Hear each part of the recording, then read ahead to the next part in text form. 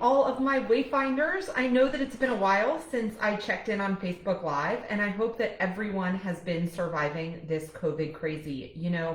I am part of a networking group that since COVID has gone virtual, and we had a check-in today, and two of our, 15 members currently have COVID. So it is happening to people we know in our very close-knit communities. And it is a terrible, terrible virus. So if it has not touched your lives personally, and I hope it doesn't, just know that people are out there getting COVID. So if you are staying home and you are keeping social distance and you are doing all the isolation things and you are wondering, is it helping? You are keeping people safe. So keep it up. Today, we are going to talk about a topic near and dear to my heart, which is how to find joy in the daily grind. When I was practicing law, which was not so long ago, even though it feels like a lifetime ago, I really had lost my joy. I was constantly moving. I was constantly in action. I was constantly managing the logistics of my family, managing the logistics of my large litigation team, managing the logistics of my clients and my docket. But I really was not finding joy anywhere in my life. I was just constantly doing. I was constantly striving. I was constantly in the hustle. And then one day, someone asked me, and I'll never forget it, they said, "What do you do for fun?" And I took a beat and I was like, "Go to kids' birthday parties?" And they were like, "That's not fun." And I was like, "You're right, that's not fun. Going to 3-year-old birthday parties is not very fun." And I really didn't have an answer to the question. There was nothing in my life that I was doing just for me, that I was doing just because it made me smile or just because it gave me joy. And so I went about solving my joy problem in a typically type A way, the way I kind of had solved any problem that I'd ever had, like getting a new client or shopping for a new car or finding the best doctor for my son. That's the way I went about looking at this problem that I had identified in my life, which was that I didn't have very much joy. And so what I first did was I made a list of all the things in the past that had brought me joy. Dancing, rollerblading, reading fiction, Pilates, walking. I'm trying to remember what else was on that list. Those are the things that I remember were on the list.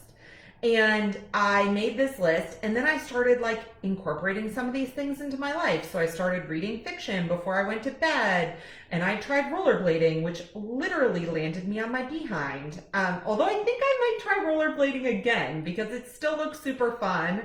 And I recently went skiing, and that ignited further passion for that. Skiing is something also that used to bring me joy, although it's not easy to incorporate into your daily life. Riding in a convertible is something that also brought me joy, which is why I recently bought my Jeep, which the top comes off. So that's been really fun. But I made this long list, and then I started incorporating things into my life.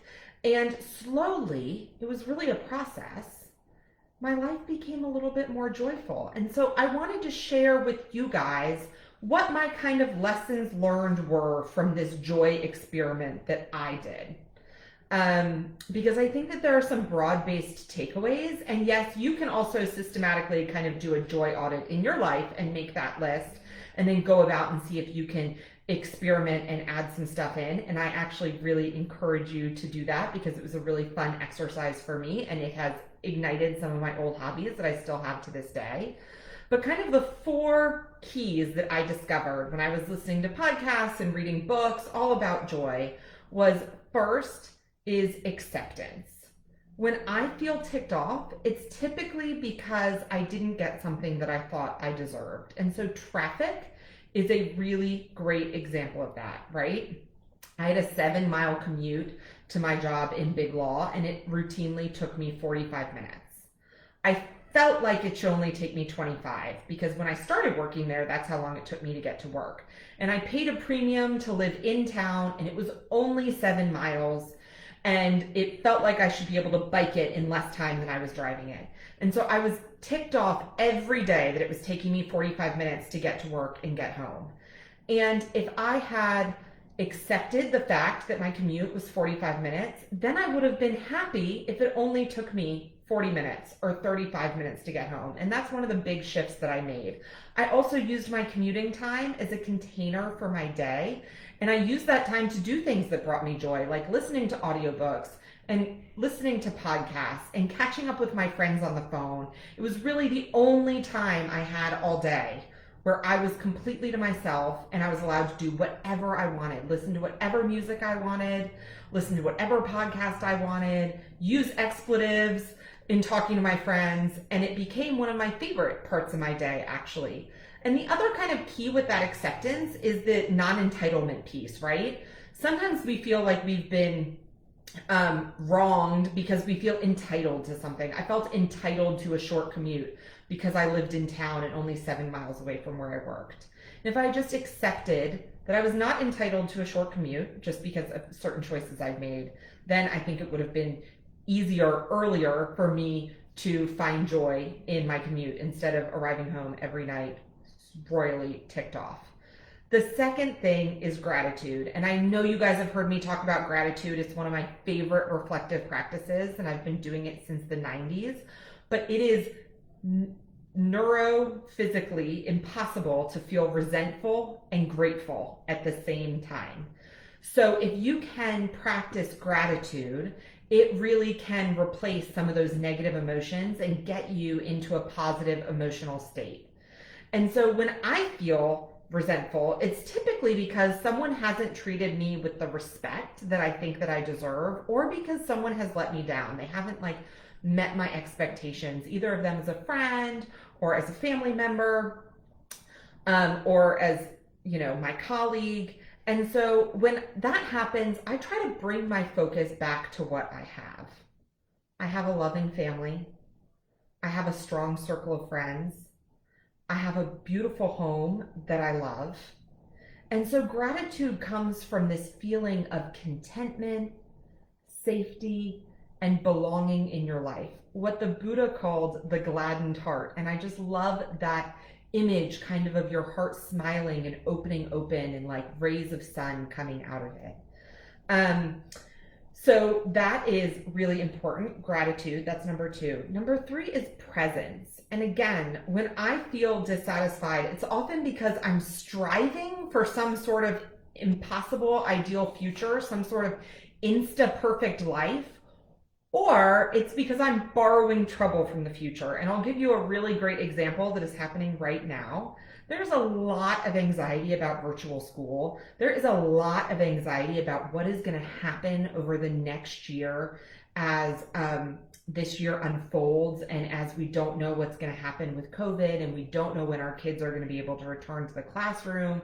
And there's a lot of anxiety over where we're going to be, let's say, in May, right? And it's really easy to get caught up in that. And for me, what I have really strived to focus on every single day is, where am I now? Right now, my kids are not behind. Right now, my kids are at grade level. Right now, my kids are happy, and they do miss their friends, but they are doing just fine. And so I'm trying really hard not to borrow trouble from the future, and also not to live up to some impossible standard that I see playing out on the internet, where people are hiring private tutors and they're setting up micro schools and they're doing all of these things to make sure that their kids are in the best position. And I get it, y'all. I want to do that too. And I have sent some emails about it and some text messages, trust me. But I'm really trying hard not to worry about it, because I don't know what the future is going to bring. And as of today, everything in our world is just fine. So I try to focus on the joy of being present in everyday experiences, of eating those ripe tomatoes or ripe cucumbers hot from the garden, of feeling the sun on my face and the wind in my hair as I drive in my Jeep, of feeling the exhilaration of riding down a hill on my bike going 18 miles an hour. I got a pedometer for my bike so I could see how fast I'm going. All of that stuff is where the joy is found. It's in the moment. It's not in the future. So focusing on that. And then my final key that I have found for finding joy in my everyday life is to celebrate everything. This for me often involves a cocktail or a glass of wine. And it used to involve seeing my girlfriends, although that has had to be put on hold during COVID. But my husband and I and my kids really try to celebrate the little things. Good report cards, tomatoes out of the garden, newly accomplished goals, newly signed clients. And even we try to celebrate not so great things with tokens for our friends when they are sick, and by taking care of others when maybe things aren't going their way so well, to give them something to smile about. I'm trying to get better about celebrating the birthdays of people who are close to me. You know, time is passing so quickly, and I feel like I have really fallen off my birthday game. So that is one of my resolutions of 2020. In July, y'all, I am failing, so I am still working towards that. But celebrating these small accomplishments with a nice family dinner. We celebrated the end of vacation last week with crab cakes and coleslaw and tomatoes from the garden and corn from the farmer's market out on our back porch. It doesn't have to be anything fancy. But doing that can remind us of what's going right in our life and of our talents and our abilities and our blessings and our skills and our persistence. And it can really make us feel better about what we have instead of focusing on what we don't have. You know, my grandmother used to always say, focus on the donut, not the hole. And I think that that is such sage advice, because so many times we are focused on what we don't have and we forget to focus on celebrating what we have. And as I've said on Facebook, right now, let those celebrations linger just a little bit longer, right? Feel that pride just a beat more than you typically would.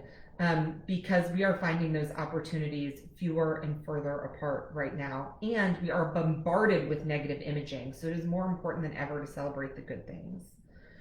So in closing, I have realized that Annie Dillard was right when she said, how we spend our days is, of course, how we spend our lives. What we do with this hour and that one is what we are doing with our lives. So no matter how small, sowing those joyful seeds and attitudes into your days and into your hours is how you're going to reap a beautiful harvest and a beautiful life that is more and more full of joy.